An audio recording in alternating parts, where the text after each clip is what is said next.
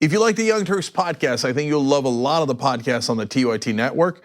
Old School, it's one of my favorites, one of the favorites for a lot of the listeners. Please check that out, subscribe, share it. That makes a big difference, and give it a 5-star rating. Thank you. Trump's presidency? Drop it.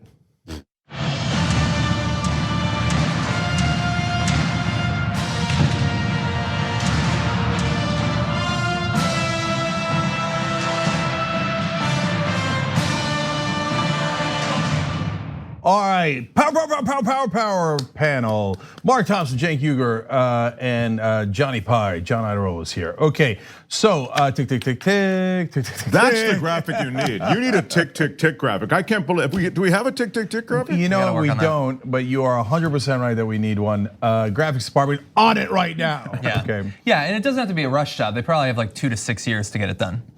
Or 2 to 6 days. Ooh. So. Well, as you're about to see in our first story, that is what some folks think. So some Republicans think. So we're going to get to that obviously imminently. Got a lot of great stories for you guys, of course, as always, including the end of the Trump presidency. But furthermore, bad news, the end of the planet. So the story about the oceans heating up is devastating, devastating. So a story on income inequality, devastating. So lots of good news, lots of bad news. That's what we do on the Young Turks. Okay, I'm ready. Let's do it, John. Okay, let's do it. Let's have a little bit of fun. On air, some Fox hosts are implying that this whole Ukraine thing, this whole impeachment thing, there's nothing there. It's going to go away very soon. Others are taking it very seriously. Behind the scenes, bedlam, apparently, according to a new Vanity Fair article from Gabriel Sherman. This quote certainly stands out. It's management bedlam. This massive thing happened and no one knows how to cover it, which is perhaps why so many different shows are covering it in such different ways and in fact feuding with each other, as we're gonna get to in a little bit. Apparently this morning, Sean Hannity told friends that the whistleblower's allegations are, quote, really bad. A person briefed on Hannity's conversations told the author. Hannity did not respond to a request for comment, but why would he?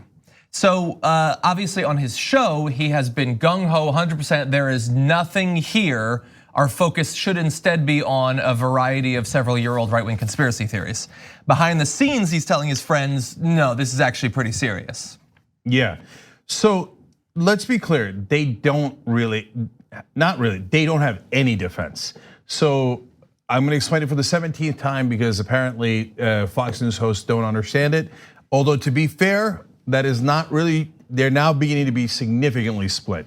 So last night we talked to you about the Fox News civil war, Tucker Carlson and Shep Smith at each other's throats. So we got more news on that in a second. Chris Wallace continues it with today. Chris Wallace with not only damning quotes about Trump, but also going after his fellow Fox News hosts again. So this war will not abate at Fox News because some of them have broken ranks and going, no, it's illegal. There's nothing, it's just a lie to say it's not illegal. So let me explain why it's illegal for the 100th time for people who haven't heard it before or have listened to conservative news and have never gotten facts. They keep saying as a defense, like Ainsley Earhardt did, well, there's no quid pro quo. First of all, that's not true. There already is quid pro quo in that call, plus let alone whatever they're hiding in the secret database, but you don't need quid pro quo at all. So it's so easy to show you guys. So if Bernie Sanders were to go to a foreign government, like let's say North Korea, right? And he says, hey, when you're talking to Donald Trump, Kim Jong-un, can you do a quick favor for me? Just, and just like Trump said, a favor, right? Just do me a favor, put a bug on him. And then tell me everything that he's saying because I want to use it as dirt in my political campaign. But Sanders does not promise Kim Jong-un anything in return. Would that be illegal? The answer is yes, it would definitely be illegal. And so when Trump asks for a favor from a foreign government to help his political campaign, that's already illegal. It does not need to be followed up by, and then I promise you I'll give you a dozen roses, box of chocolates, or $400 million of military aid. It's already illegal, 100% illegal, indisputably illegal. And I've actually haven't heard what the Republican defense of that is, other than squirrel, right? So they're like, oh, no quid pro quo. Oh yeah, but Hunter Biden did something. But there's no actual defense because it is indefensible. It is the most obviously illegal thing that we have seen. In fact, guys, I'm gonna go right now because this just happened a little bit before we went live. Chris Wallace's quotes. I've got one. You have them? Okay, so go ahead, John. We're gonna jump to the last graphic in this. Is one thing Chris Wallace said. The spinning that has been done by the president's defenders over the last 24 hours since this very damaging whistleblower complaint came out, the spinning is astonishing and I think deeply misleading. He is being just vague enough there that the people who he's definitely talking about at Fox News can't say that he attacked them, and we'll get into why he's worried about being very specific there in a little bit. But he's clearly talking about hosts on Fox News that are using White House approved talking points to defend him and to distract from the issue. So I've got even more on Chris Wallace in a minute as we give you more details, but I wanna go to a little exchange that he had with Sandra Smith, who was the host that he was talking to on Fox News at the time. Sandra Smith interrupts him at one point to say, well, hey, there's no quid pro quo, because that's their main deflection point here. And Wallace says, you asked a question, let me answer it, Sandra. He says, you don't think that dirt on the vice president and his son's activities would be of value to a president seeking re-election? Now, the reason he frames it that way is because in the law, soliciting a campaign contribution, whether it's cash or an in-kind donation of anything of value from a foreign government is illegal. So that's why Wallace is saying, you don't think dirt on your political opponent is anything of value? I mean, it's preposterous to say that it doesn't have value. Of course it does. In fact, it's gonna cost Ukraine a lot of money to go through, if they were to go through an investigation, go through a prosecution, get that information to Donald Trump. It is inarguable that it is of value. It is inarguable Donald Trump solicited. It is inarguable that Ukraine is a foreign government. So that is why Chris Wallace, still a journalist, a very conservative one, but a journalist on Fox News going, I read the law, I'm a sentient human being. It's obviously illegal is his implication here. Well, they're propagandists at Fox, so I don't expect them to let go of this, but Cenk's making an important point, which is slowly they are letting go of it. Even guys who have been leading the propaganda parade are beginning to let go of this. And that, in some sense, you look to Fox News as sort of a bellwether for the Trump presidency. And as they begin to let go, you think, politically, he may be taking on some water. And if he takes on enough water, more people will turn on him. And I'm talking about Republican legislators will turn on him as well. Yeah. 20 delirious tweets in 14 hours. You can tell how much trouble Trump is in by the ferocity and velocity of his tweets. So the more trouble he's in, and this has happened a couple of times before when things got really bad. And before the Democrats let him off the hook each time, right? But as things get bad and Trump realizes, he's like, witch hunt, hoax, witch hunt, Fox News, help me, right? And so that's exactly what's happening here. It's funny that you used that analogy, Mark, yesterday. I started the show by saying the ship head is in the water and it's starting to rise. And as Anna pointed out, at some point, it's gonna break off before it all goes in the water. Yeah, and so you pointed out the nature of what it would take for it to be a crime. One of the other evasions, they have a variety of different evasions, is just a concern about corruption, because Donald Trump genuinely cares about corruption in Ukraine. He only brings up 2 instances of it in his view. One is the Democratic nominee in 2016 that he ran against. The other at the time was the front runner in this presidential election. Like, come on, he's not even trying to hide it. He's not smart enough to pretend, look up a name of a Ukrainian who was corrupt and name that person too. Pretend that it has anything to do other than your own personal political interests. But anyway, on the Fox stuff, there are apparently plans in place in case this does turn against him, as Sean Hannity implied that it could potentially. According to 4 sources, the CEO of Fox Corp, Lachlan Murdoch, is already thinking about how to position the network for a post-Trump future. A person close to Lachlan told me that Fox News has been the highest rated cable network for 17 years, and the success has never depended on any one administration. And what's really interesting about this, and also sad, and I love that this is in the story, it totally wouldn't have expected this person to pop up once again. Among the powerful voices advising Lachlan that Fox should decisively break with the president is former House Speaker Paul Ryan, who joined the Fox board in March. Quote, Paul is embarrassed about Trump, and now he has the power to do something about it. Yeah. Unlike when he was actually in office. unlike when that's he was the saddest thing ever. No, but that really is very telling of our current political environment. That the Speaker of the House for the Republican Party thought there was nothing he could do about the Republican president, even though the Speaker of the House is arguably the second most powerful political office in the country. But if you're on the board of Fox News, well, then you might be able to do something about the president, right? But guys, it's by the way, yes, the pictures are very funny next to me. I did that as a Halloween costume once. That's from his 70s sitcom. Is that what those pictures are? But this goes to two things that I've been telling you from day one. Why was I positive Donald Trump wouldn't make it to the end of his presidency? One is too stupid to cover things up, right? And what did John tell you earlier? Jesus Christ, dude, 1 minute of homework. Say to a staffer, name me one corrupt guy in Ukraine so I could make it seem like I actually care about corruption, right?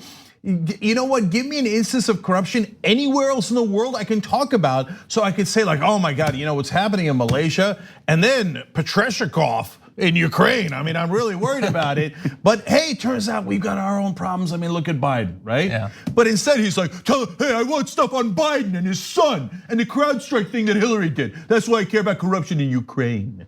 Yeah. God, you're so stupid. You're the dumbest man alive. The reporters keep trying to figure out like, what's his strategy? There's no strategy. Come on, man. There's no strategy. Cenk, look at the guy. You fool, you've walked right into his trap. Yeah.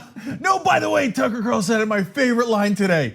I'm glad you reminded me of that. He wrote an op-ed on his own website and he said, the Democrats might really be destroying themselves by trying to impeach Trump. Oh, Tucker, are you concerned about the Democrats? Yeah.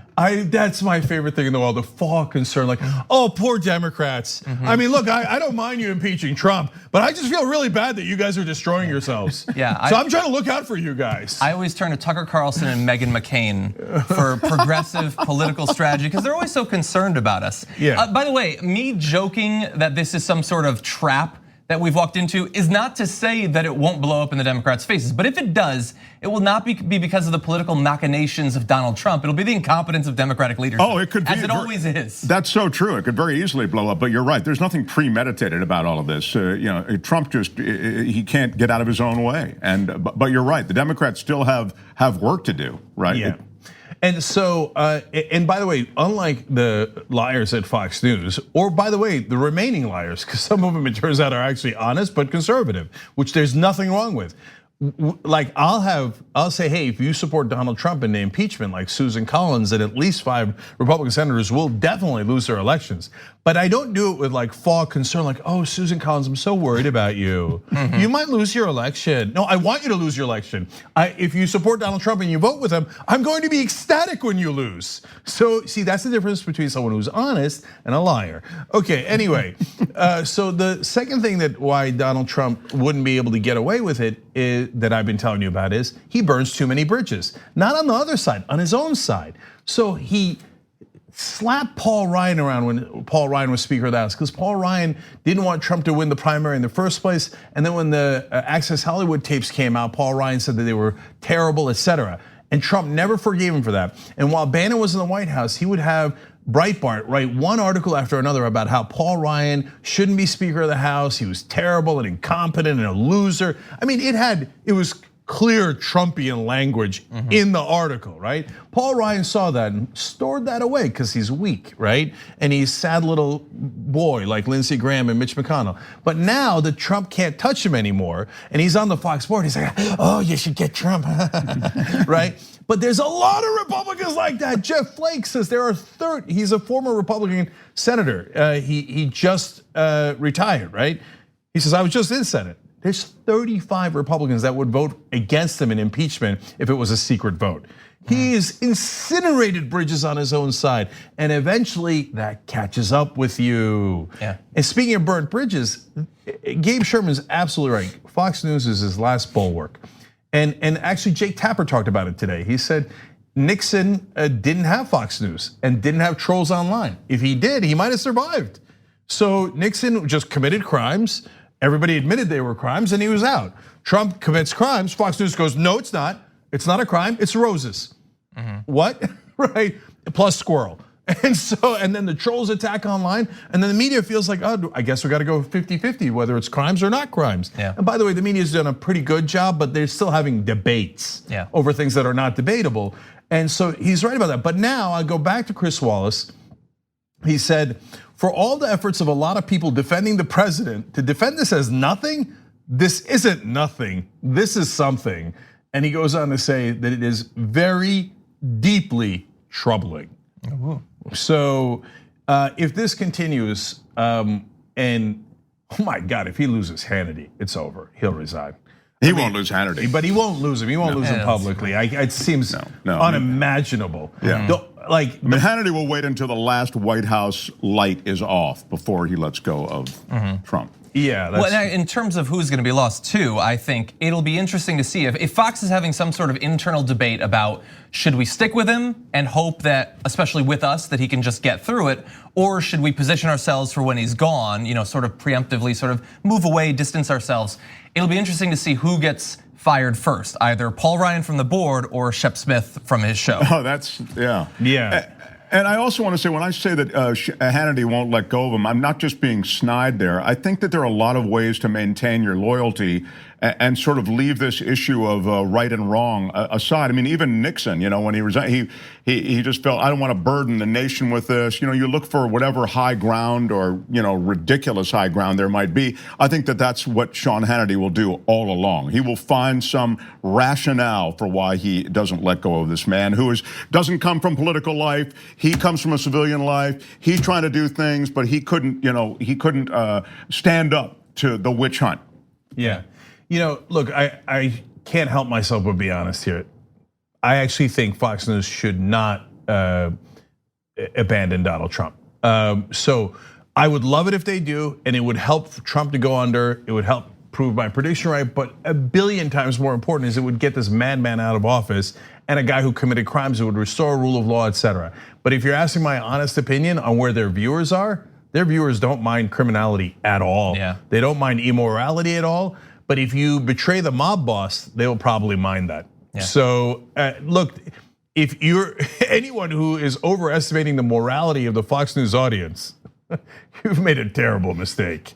So that's where I think it comes down to. But I think that the Murdochs, the younger generation, Lachlan Murdoch, are embarrassed of Fox News, and it cost them business interests throughout the world. They couldn't do a merger in the UK because they're like, you guys are monsters. I mean, look at the nonsense. Yeah. You say you do news, but look at Fox News, they don't do news at all.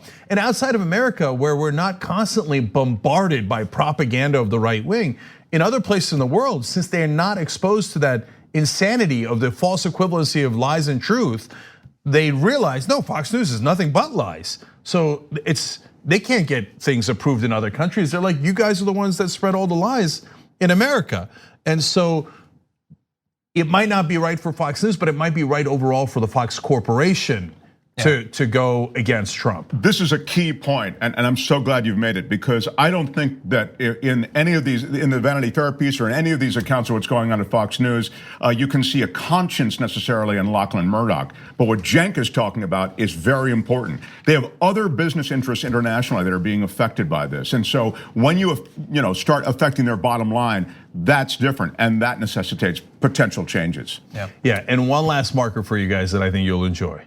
If you start to hear conservative pundits, especially on Fox News, but anywhere, and conservative legislators start to talk about how great Mike Pence is, tick, tick, tick, tick, tick, tick, tick, tick, that means there's only 2 weeks left, okay? Maybe less, but that means they're starting to go, well, I mean, Pence is not so bad. Pence not so bad.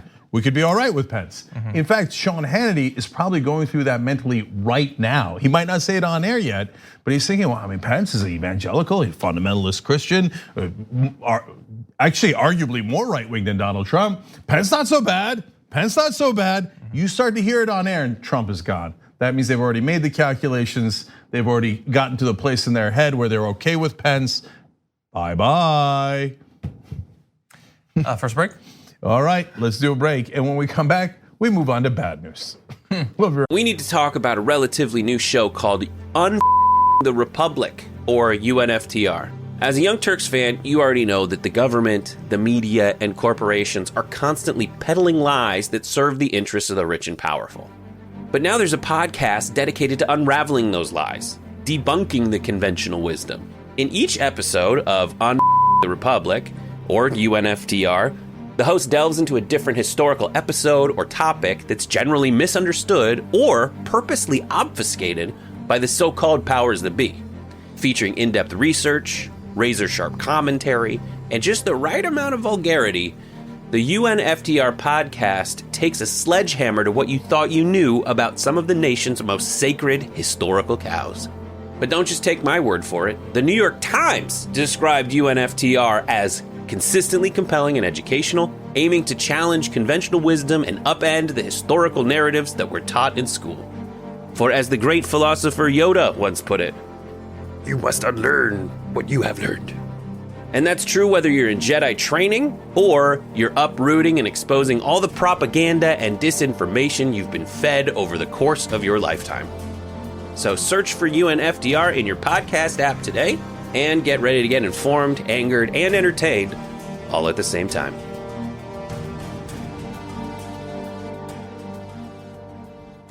Right back. All right, back on the Young Turks. Lots of comments, fun comments, so big comments, strong comments. So we're gonna do them. Okay, first member section as always, tyt.com/join to become a member. Keldo had writes in, the utter chaos on Fox News is so wonderful. Right there with your brother. Madness writes in, does it strike anyone else as weird that corporate Dems and their media cronies seem to believe they're completely immune to Oppo research, especially considering there are many examples of similar corruption on their side? Shouldn't we strive for equal enforcement, otherwise the law is moot? Well, it depends on what you mean. So if, for example, if you're talking about Hunter Biden being on the board of a Ukrainian gas company at $50,000 a month, is he on there because he's a Ukrainian gas specialist? No, he's on there because his last name is Biden. 100%, I won't even have that conversation. So is that a form of corruption? Yes. Is it illegal? Unfortunately, no, it's not illegal. So you could, if you're a family member of a powerful person in Washington, you can cash in all day long, and that's how they all get money to their families. That's why they don't really want to talk about that. It's really uncomfortable. But when Biden goes and says, I won't give you $1 billion unless you get rid of this prosecutor. If the prosecutor was actively prosecuting the company that his son was on the board of, and he did that with knowledge, yes, then it would be the same exact problem as Donald Trump. But as it turns out, I'm not taking Biden's word for it. Biden said I didn't talk to my son. That doesn't mean anything, right? No, as it turns out, that prosecutor had stopped investigating that company, and all the world bodies wanted that prosecutor out. And so and by the way, the ambassador and the official American position was, we think you should continue the investigation into the company that Hunter Biden was on the board of. So that is monumentally important. That's the exact opposite of quid pro quo. Right, he was essentially visiting against the interests of his own son. Kind of, certainly, like he said, get the prosecutor out. That prosecutor at some point had gone after Hunter Biden's company, the company that he's on the board of. But the official American position at the same time was, yes, get the prosecutor out, like Joe said. But the one thing you guys should continue is the investigation into Hunter Biden's company. Yeah. So that is an honest position, the correct position. The ambassador happened to deliver that, but it's still the same thing. It's the American government. Right. But I still think if we want to show the world how much we care about corruption, I think a good faith thing we could do is ask Biden to also step down out of the campaign. Just in case, it couldn't hurt. That might be a little biased on our part. You can send a tweet if you want, John, see how that goes. Yeah. I will. Okay, now other fun things, that was important, but Eclectic Miscellanea says, why isn't TYT starting with the most important story of the day, that Trump doesn't know the difference between an apostrophe and a hyphen? That's impeachable by itself. Like the fact that the guy's a moron is not breaking news. Okay, Valerie says, the ship's head is underwater, big water, ocean water. Oh, come on. I was just gonna use that for this intro. I'm still gonna do it. Okay, Valerie, really great job. I don't know how we get people t-shirts anymore, but get Valerie a t-shirt somehow from shoptyt.com. And Last couple ones here. Poetry in Motion says, yes, the hashtag TYT Live works on Roku TV. Looking fly as always. Hey, we're on Roku. I was gonna say today, we're exclusively on Roku, Pluto, Zumo, YouTube TV, and our website today, not on YouTube Live, okay? But we're on all those platforms every day. And so if you tune in randomly as I did, you'll catch Damage Report, which is John's show. You can catch No Filter, you can catch Old School, etc. So all of our shows, 24 hours. Cable news channel, boom, period. And I was gonna say that you are looking fly. It's as though the words are taken right away from you. That's so funny. All right, last one. Annam Leith says, yay, Mark Thompson in the house. Oh. This Friday just gets better and better. Nice. Okay. Nice. All and right, you know thank what? you guys. I normally don't care about these sorts of topics, but because Mark is here, I figured I'd give you an environmental story. Oh, thank you. Yeah, I know you don't really cover that much. Yeah. But anyway, we're gonna move it now. Here in America, we are surrounded by water, big water, ocean water. And apparently there's problems with that water, according to a UN report that was just put out this week, compiling the work of tons and tons of different climate scientists. There is a lot in here and it is scary, but it's also important for you to understand. So let's jump into a few of the conclusions of this incredibly important report. The warming climate is killing coral reefs, supercharging monster storms, and fueling deadly marine heat waves and record losses of sea ice. Let's run through a few of those. What does this actually look like? Well, ocean surface temperatures have been warming steadily since 1970. And for the past 25 years or so, they've been warming twice as fast. So not only is this process continuing, I don't know what you're hearing on right-wing media, but it is continuing and it is in fact accelerating. Things are only getting worse in the last few years. One consequence of this is that summer Arctic sea ice is now probably lower than at any time in at least 1,000 years. And the oldest, thickest ice has already declined by 90%. I love records, but this is not the sort of record that humanity can bear at this point. The lowest in 1,000 years, that's significant. The upper layers of the ocean have lost between 0.5% and 3.3% of their oxygen since 1970 as the temperatures have risen. There are now heat waves in the ocean. So now you might not notice the heat waves because you're not in the ocean and you're of course not going to be able to perceive that. But they are monumentally important. So they're important not only for the fish, but also for the birds that feed off the fish, and then obviously eventually to humans. So let me give you just tip of the iceberg here, of the melting iceberg as it were. So when the oceans get warmer, there are pathogens that build in the oceans. And so when the pathogens build, they then move on to the fish. And so if you're eating raw fish like oysters and shellfish, it can get you sick. In fact, 80,000 Americans each year get sick from those seafoods, those particular seafoods, because of the pathogens in the water, let alone the rest of the world. That's just 80,000 Americans. So if you got sick and you went to the hospital and you had to pay $800 or $8,000, or maybe it bankrupted you, and plus all the horrors that you had to go through when you were sick, etc., you might think, oh well, bad luck. I ate an oyster and it turned out that it got me sick. It's not bad luck. You know whose fault that is? ExxonMobil. Seriously. Now, is it just ExxonMobil? Of course not. I use them as an example.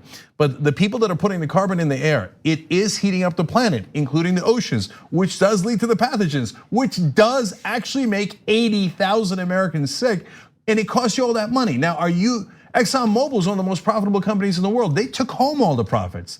Did they give you your $8,000 bill? No, you had to pay it. Yeah. So what they do is they socialize the gains. They privatize the gains and they socialize the costs. So in a sense, it's a weird form of socialism where only the costs are spread out to all of you. And I'm telling you, that is one of dozens and dozens of ways that it affects you. There was a blob of a heat wave in 2013 and 2014 in a particular part of the ocean. It led to the birds dying and then the fish getting affected, etc., which then led to fisheries being closed down in California and British Columbia. And that went all the way down the supply chain. You know what that did? That cost you jobs. So let alone the food chain. So when it costs you jobs, you thought, hey, bad luck, man. My fishery was closed down, or I couldn't get that trucking job because the British Columbia fishery got closed down. It wasn't bad luck. It was the cost of the fossil fuel industry being passed on to you. They won't pay their costs. They won't pay their costs. They make you pay it. Does that sound fair to you? Let alone the destruction of the planet. Yeah. Yeah, like AOC says, how are we ever going to pay for not having the Green New Deal? We just can't afford it. That cost is too high. And we have a couple of other specific things that we're gonna get into here, but one part that I want people to understand that I don't think gets talked about very often, it's likely that a lot of our audience is gonna know, but one of the important things to think about when you finally acknowledge that the ocean is heating up is that as bad as things have been getting in the atmosphere, on land, you've been paying attention, you know that it's been getting hotter. All this time, about a quarter of all the carbon dioxide that we've been putting out has not been going into the air, it's been absorbed into the ocean. And apparently something like 90% of all the excess heat that's been building up, that hasn't been going to the air, it's been going to the ocean. The ocean has been soaking up all of this stuff. But it can't do that forever. Eventually it will be tapped out. And when that happens, you don't get a slight increase at the rate of heating on land and in the atmosphere, it suddenly jumps up. That is going to be a major shock to the world system that I don't think a lot of people even know that is coming. That's the great, I'm so glad you explained that, because that's the great fact that's looming, that what Cenk was talking about, that this acidification of the ocean, they're basic chemical processes that are being played out in the ocean. But what John is talking about is sort of a tipping point, and this thing that is acting as sort of a sink that absorbs all this CO2, it's running out of its ability to do that. As we generate more and more CO2, the Earth is cooking itself, and the ocean's ability to offset that is going to be completely gone soon. So that resource, as a check on CO2 content, that will be gone as well. And these huge dead zones that exist in the ocean, this is to Cenk's point, if you talk to fishermen, they will tell you, hey, it's just not like it used to be. It's not like it used to be 5 years ago. So these are dramatic changes, and the changes will become even more dramatic and even more dire in the years to come. Yeah. Look, once we've screwed up the ocean, you can't un-F the ocean. So like these conservatives go around like, no, don't worry about it, man. The scientists will fix it. How are the scientists supposed to fix the temperature of the ocean? Ice, presumably. Jesus Christ, man. And then you remember that guy on Fox News, the one that writes for Ben Shapiro's website? He went on and said Greta Thunberg, the wonderful Swedish girl who's trying to get us to pay attention to these facts, he called her a mentally ill child. And he said, well, if this was a real movement, it would be led by scientists and not by mentally ill children. But it is led by scientists, and you won't listen to them. So in fact, guys, I gotta tell you this is the most important thing. This report that we're referring to was written by more than 100 international experts and based on more than 7,000 studies. The jury is in. The scientists have spoken, and the scientists are usually mild-mannered people, and they are shouting from the rooftops, it's getting too late, we can't undo the damage. And then idiots go on Fox News and go, well, if the scientists were saying it. What do you mean if the scientists were saying it? They're all saying it.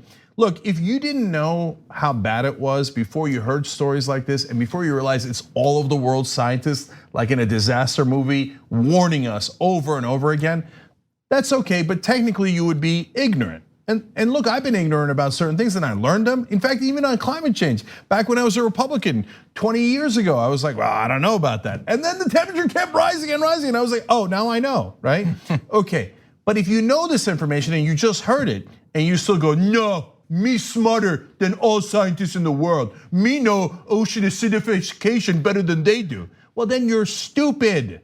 If you understand what the scientists are saying about climate change and you don't believe them, you are a stupid person. So we're having conversations with people that are barely out of the mental asylum.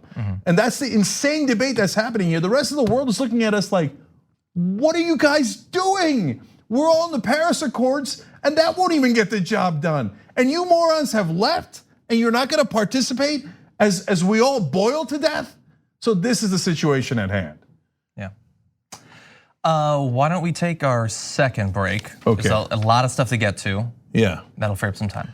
All right, when we come back, more Fox News, more Giuliani, more madness, lots of fights. And the fight with Geraldo is funny. The fight on Giuliani is important. So we'll talk about that. At TYT, we frequently talk about all the ways that big tech companies are taking control of our online lives, constantly monitoring us and storing and selling our data. But that doesn't mean we have to let them. It's possible to stay anonymous online and hide your data from the prying eyes of big tech. And one of the best ways is with ExpressVPN. ExpressVPN hides your IP address, making your activity more difficult to trace and sell to advertisers. ExpressVPN also encrypts 100% of your network data to protect you from eavesdroppers and cyber criminals. And it's also easy to install. A single mouse click protects all your devices. But listen, guys, this is important. ExpressVPN is rated #1 by CNET and Wired magazine. So take back control of your life online and secure your data with a top VPN solution available, ExpressVPN. And if you go to expressvpn.com/TYT, you can get 3 extra months for free with this exclusive link just for TYT fans. That's expressvpn.com/TYT. Check it out today.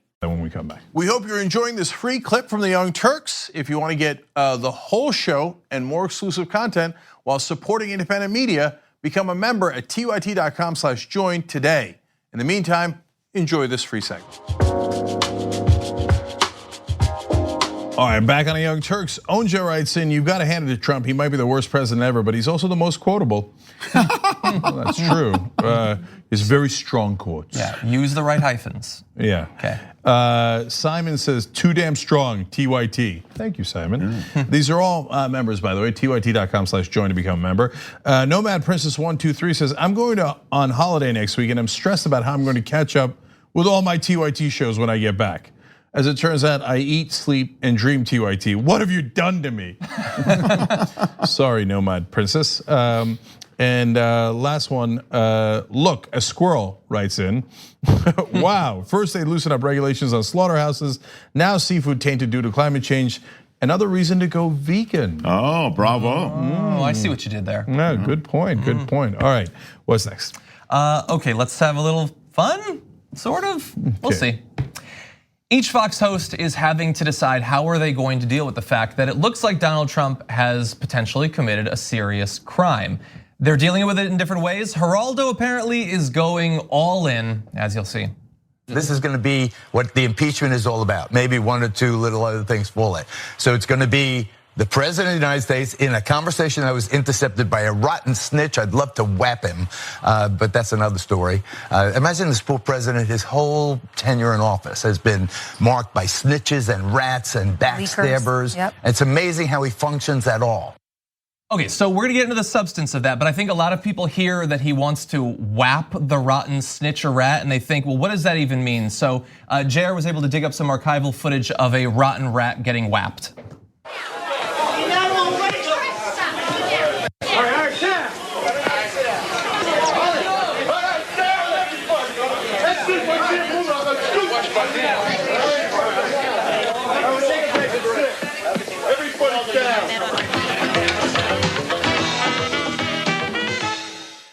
So I'm told he was apparently hit by a chair because he has led a ridiculous life. Yeah, well, a lot of us have led ridiculous lives. Have you been hit by a chair thrown at you? Probably. Okay, but anyway, so I thought you guys were gonna go with archival footage from like an old movie. Why, how dare you, mister? I ought to whap you on the nose. Such a weird thing. And like, so first of all, obviously that is going directly to Donald Trump. The talk about snitches and things like that, that's just what Donald Trump wants to hear. And second of all, like some people have been saying, that phone call's not as bad as you libs are saying. It's not like he's talking like a mobster or something. And Geraldo's like, yeah, I can fill in the gaps. Yeah, I mean, look, Geraldo's literally saying snitches get stitches. Yeah. Right, we're gonna do violence on you. And like, they keep talking about the good old days, and they have the hats that say "Make America Great Again." Remember when Donald Trump in a campaign rally said about a protester who, by the way, was African American? Oh, in the good old days, they would have carried him out on a stretcher. Yeah. Right. And so the constant references to violence, and you're right, he's definitely trying to get in good with the president for the next couple of weeks that he's still president.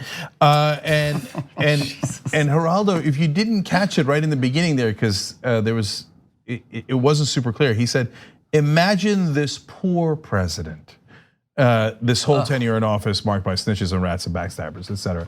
So that's that's like served on a silver platter for Trump. Going, oh, Trump's like, oh, that's so true. Oh my God, poor me. My dad only gave me $413 million. And then Hillary Clinton gave me the presidency. Poor me, I can't catch a break. And now, just when I'd only committed 817 crimes, I got caught on the last one. The other 816 I got away with. Oh, woe is me. The other naked fact about that little riff that Geraldo was doing, in addition to him serving it up to Donald Trump clearly, is that he could have been describing the Obama presidency, which was marked, as you know, by all kinds of leaks.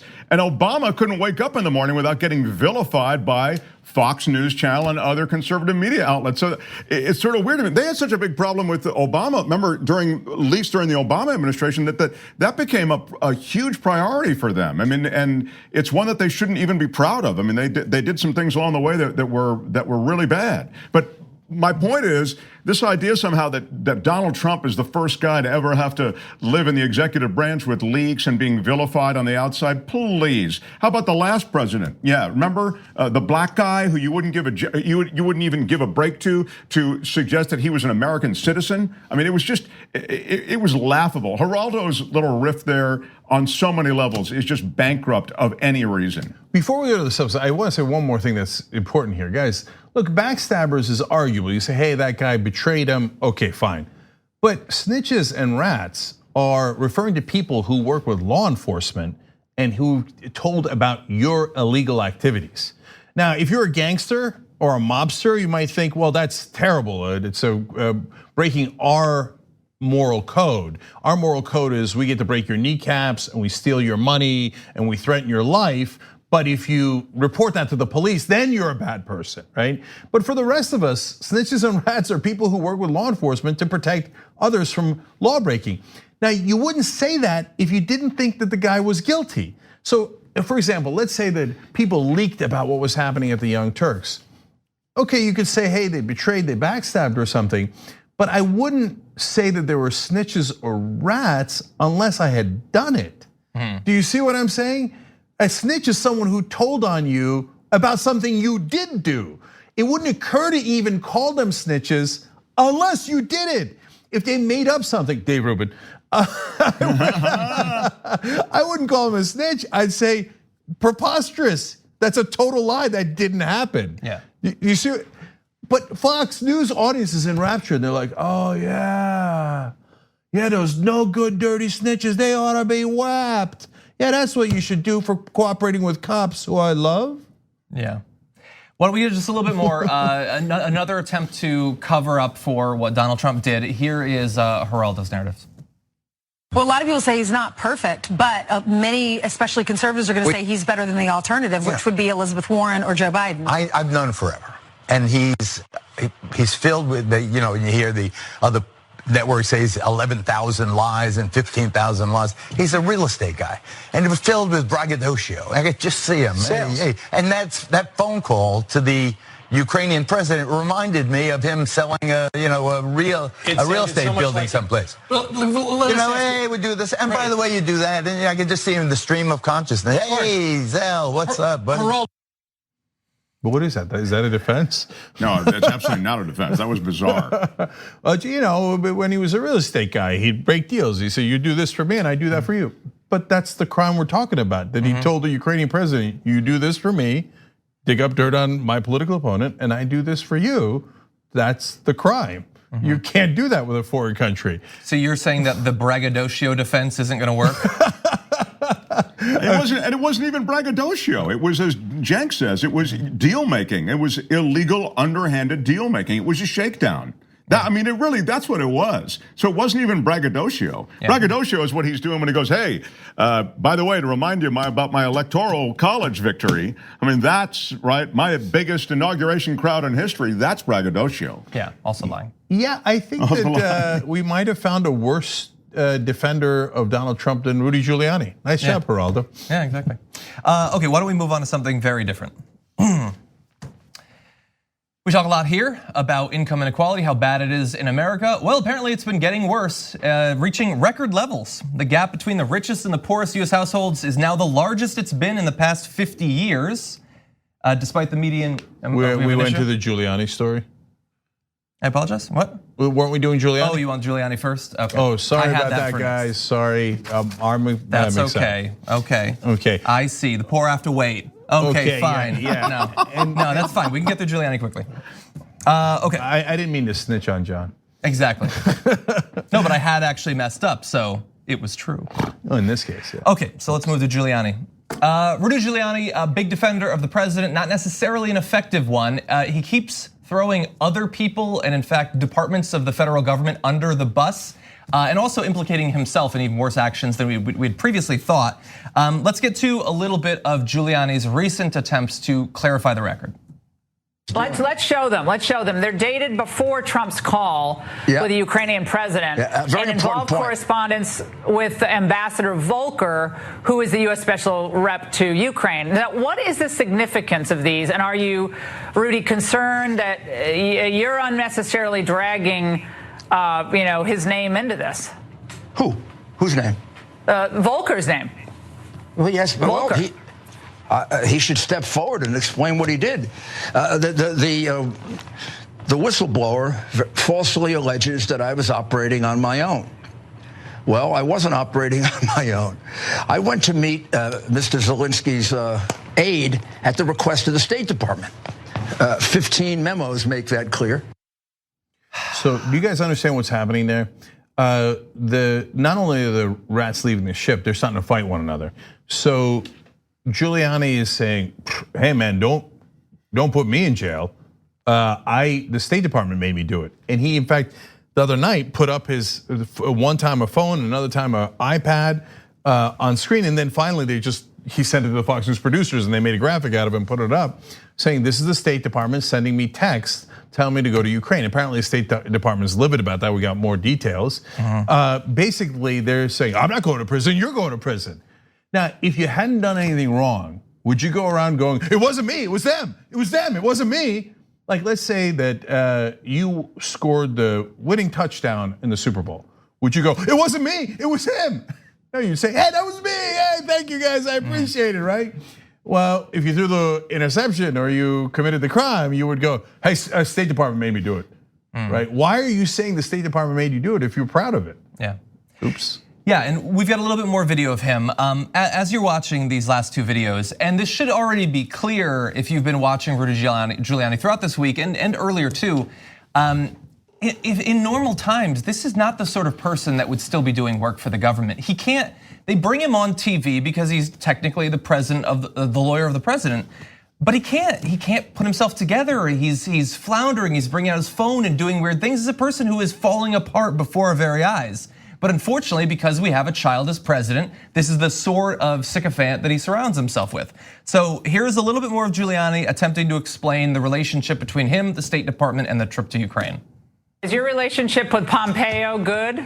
Are you guys good? Because Maggie Haberman, who apparently knows everything at the New York Times, she said that Pompeo is unhappy with you. Is that true? I know both of you. I haven't heard about this except from Maggie Haberman. I actually think they should all congratulate me. Because if it weren't for me, nobody would have uncovered and faced massive corruption by the Vice President of the United States. In fact, I'm a legitimate whistleblower. I have uncovered corruption that this Washington swamp has been covering up effectively for years.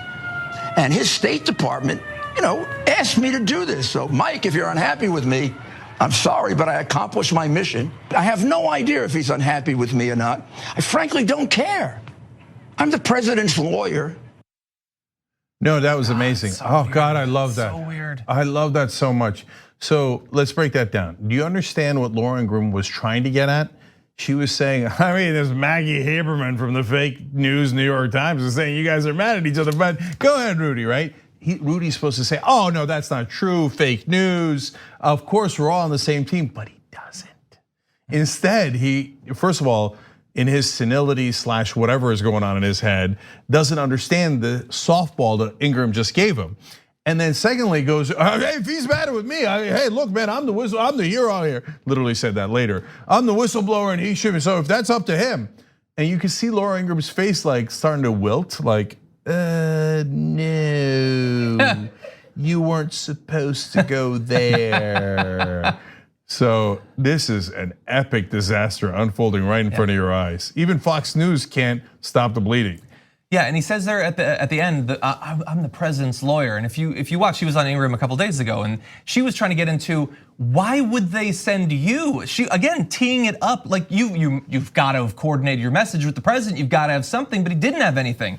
So again, if you actually cared about corruption in Ukraine, you would come up with instances of it that had to do with actual Ukrainians, not just a list of your vendettas against presidential candidates on the Democratic side.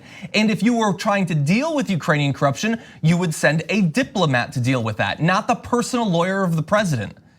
He doesn't seem to get that that's super weird, and everybody gets it, but not him, and that also is weird. On top of that, we're gonna have more video, but he spoke with a reporter on the phone and came across much more rational, saying things like, it is impossible that the whistleblower is a hero and I'm not, and I will be the hero. You know that you are on the precipice of greatness when you shout at a reporter, I will be the hero. These morons, when this is over, I will be the hero. If this guy's a whistleblower, then I'm a whistleblower too. You should be happy for your country that I uncovered this. Okay, so You'll all see. The last thing I'll say about Giuliani, because I think it's true of a few people in this administration, is that they are drunk on the spotlight. And as John said, they're because of his manic style and because of the fact that many of them will say a lot of things that just appear not to have any sort of rational sense, but just it's increasingly just flailing. I mean, verbal flailing. They become good talk show guests. They become good people to book on these various shows. And he is at the epicenter of the presidency in this case. But I think what you see in Giuliani and what you just saw in that quote, and what you see on television played out over and over and over again, is a guy who is drunk on the spotlight. He feels relevant and he feels heard. And unfortunately, the reality just doesn't match that spotlight because he's in real trouble. Yeah, but guys, he's also lost his mind. Like, you know how big my ego is. I don't think anybody would dispute that. We kid around about it on the show all the time. If I came on the show and yelled, I will be the hero, you'd be like, oh, okay, well, Cenk lost his mind and we're done with it, right? I mean, so. Like inauguration, Bernie gets inaugurated. Oh, Bernie's the hero? I will be the hero. I'm the guy who got Bernie elected. Okay, and so even me, one of the biggest egomaniacs in media, would never say that because that's insane. Right? Do you want to know what else you might do if you were the biggest egomaniac? And this just stinks of like weird things about Michael Cohen. This is from The Reporter. When I last saw Rudy Giuliani, his most pressing concern was that he'd been locked out of his Instagram account. Giuliani, the former mayor of New York City and current personal attorney to President Donald Trump, had a young woman named Audra who told me she had won the Hotties for Trump Reddit channel's Miss Deplorable contest 3 years in a row. Oh, I was wondering who won that. There to assist him.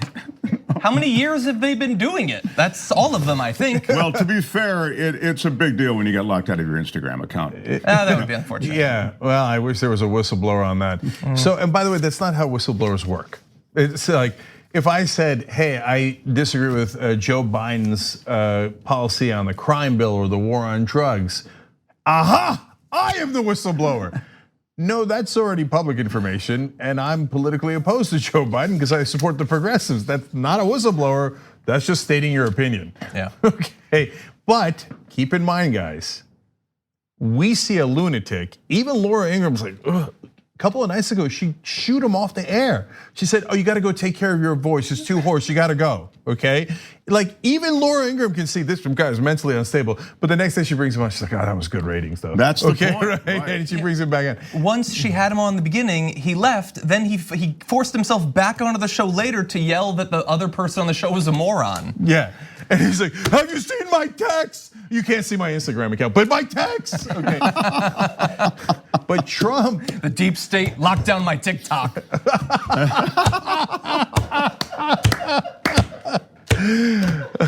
But Trump sees that and goes, that's my guy. Yeah. That's how it's, I mean, it is the sequel to Dumb and Dumber. Yeah. We got time for this last story? Yeah, let's do it real quick. Okay, so we've got all these notes about income inequality. I am a whistleblower on income inequality. I will be the hero, so we're gonna talk about it. Okay. When it comes to the gap between the rich and the poor, things are getting worse in America, to record levels, actually. The gap between the richest and the poorest US households is now the largest it's been in the past 50 years, despite the median US income hitting a new record in 2018, according to new data from the Census Bureau. US income inequality was significantly higher in 2018 than in 2017, the federal agency says in its latest American Community Survey report. So it has been going up year after year after year. We are now reaching levels we haven't seen for half a century. That despite the fact that we have seen headlines like Donald Trump saying, how could I lose the election? How could I be impeached when you're all rich? But that is because politicians, a lot of the media, they live in bubbles where they don't understand that the rich are getting richer in some cases, but the poor are also getting poorer. There are some bits of good news, but first more bad. 3 of the states with the biggest gains in inequality from 2017 to 2018 were places with large pockets of wealth: California, Texas, and Virginia. The other 6 were primarily in the heartland: Alabama, Arkansas, Kansas, Nebraska, New Hampshire, and New Mexico. And so we are seeing it in some of the biggest states, some of the richest states, but also all over the place, actually. Yeah, well, so it makes sense that it's all over the place because the tax cuts, 83% of them eventually go to the rich. And millionaires got on average a $61,000 tax cut every single year, $61,000. Now the median income is $62,000, so they got a tax cut every year as large as the average American makes. Now the median income went up slightly, but it's not going up as much as it used to under Obama.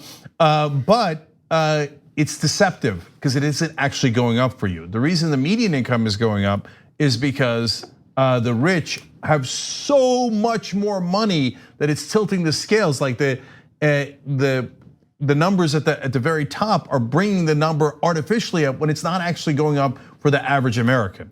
So it was an enormous giveaway to the rich, and income inequality was already bad, and they just made it significantly worse. And so if you were a Trump supporter who thought he was going to deliver for you, well, the jury's in. He didn't. You're in worse shape than you were before. The rich are in better shape than they were before. If you're worried about the global elitists, they're laughing at you. They're sitting in their fancy clubs and yachts going, the idiots voted for us. And they're toasting their champagne, which they can have plenty of because they got an extra $61,000 each every single year, saying these schmucks, their salaries go down, ours go up. And because we told them that Trump was gonna end the corruption, and more toast. So the numbers are in. You got screwed, you got had. If you thought the system was rigged, you were right. This is how they rigged it.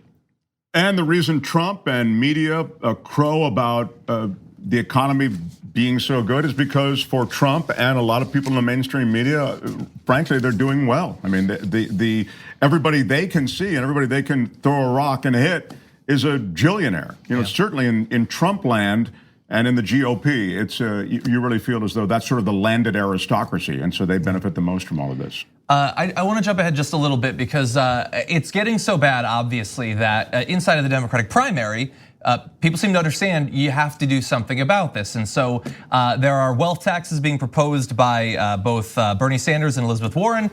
Really quick, we can't go through all the details, but we're gonna bring it up comparing the 2 plans. You can see a little graphic there. Both of them have a tax on wealth. Bernie Sanders is at the high end much higher, obviously, and would raise about twice as much money. So it's a bigger tax on wealth than currently being proposed by Elizabeth Warren. But it's not super surprising that both of them want to do something about it. It's who is starting to talk about it now that's actually a little bit more interesting. And I think the panel might get a kick out of this. I saw this headline: Biden advisors weigh new Wall Street tax as Warren Sanders pitch aggressive levies on wealthy people. But what does that actually mean? Does that mean that Joe Biden is proposing an even more ambitious wealth tax? No. The plan under consideration from Biden's advisors could tax financial transactions such as the sale of stocks and bonds, one of the people said. The people spoke on the condition of anonymity because they were not authorized to speak publicly, which is definitely the sign that you're very proud of the plans that you're working on. But even that is nothing like a wealth tax. That's what I would consider to be relatively moderate in comparison to what progressives are pushing for at this point. The financial transaction tax was supported by Elizabeth Warren and Bernie Sanders forever ago. Yeah, I mean, decades ago. And so Joe Biden, as usual, is like, oh, it turns out we stopped working with segregationists, and maybe we should tax the rich just a little bit, though. Don't leak it, because that'll hurt my donors. And remember when he went to meet with donors, he told them, don't worry, nothing will fundamentally change. But so why are you now doing a financial transaction tax, which would at least tweak your donors? Because you looked at the polling and realized, I'm out of step with the times. Corn Pop isn't here to defend me anymore. So now he's slipped to second in both Iowa and New Hampshire. Elizabeth Warren's the new leader in those two states. She's starting to catch him at the national level. He's slipping badly, and when he looks issue by issue, what Democrats are saying, this is a story we didn't get to a couple of days ago. Democratic voters are saying they want big change, radical change. They don't want reform around the edges. And Biden's main message is, don't worry, nothing will change. And so now as he sees the election slipping away from him, he says, oh yeah, I mean, we could do something about the rich, but don't tell anybody. Okay, yeah, not overly convincing. By the way, are there progressives that are actually looking to do something about not just income inequality in addressing the very little taxes that the rich pay, but also taking care of the rest of Americans? Yes. Alexandria Ocasio-Cortez just introduced a program called Adjust Society, which would actually help people that are living in poverty. Yeah. Now, there's a lot of talk about the rich, there's a lot of talk about the middle class. Almost no one talks about the poor. And so here comes AOC saying, no, we've got to look out for all Americans. Gee, I wonder who's on your side and who's on the side of the wealthy. Can you figure it out yet? Yeah, well, I would say especially, we just found out that the next debate is coming up in like less than 3 weeks. This big report about income inequality, I would not be surprised if Bernie Sanders talks about it on the stage. That's my prediction. Yep. Okay, thank you guys. We got a whole new wonderful power panel coming up for you guys. The cop who shot the unarmed black man, I know what you're thinking, which one? The one in Dallas, the female cop. Really interesting, important developments that are telling in her case. We're gonna share that with you guys as well. Everybody check out the damage report. Everybody check out The Edge with Mark Thompson, wonderful podcast. Yeah, new episode up, just went up yesterday with a guy who's a career homeless guy by choice, all his life. Anyway, I know we're late, but please check it out, yeah. All right, awesome, thank you guys. We'll be right back. Corn Pop was a bad dude. Thanks for listening to the full episode of the Young Turks. Support our work, listen ad-free, access members-only bonus content, and more by subscribing to Apple Podcasts at apple.co/TYT. I'm your host, Cenk Uygur, and I'll see you soon.